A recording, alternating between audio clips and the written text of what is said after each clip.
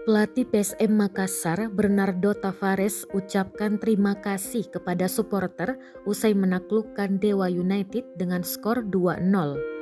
Sebanyak 3.256 pendukung PSM Makassar hadir di Stadion B.J. Habibie Parepare di laga kontra Dewa United pada Rabu 1 Maret 2023. Para supporter PSM Makassar ini tidak pernah berhenti bernyanyi untuk membakar semangat para pemain yang bermain di lapangan, diselingi dengan beberapa koreografi yang dilakukan.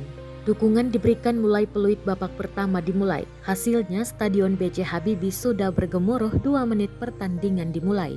Tendangan bebas Kapten PSM Makassar Willem Janpuli meluncur ke sudut kanan gawang Dewa United yang dijaga M. Nasir. Kiper 30 tahun ini sudah berupaya menepis bola agar tak masuk ke gawang tapi tidak terjangkau.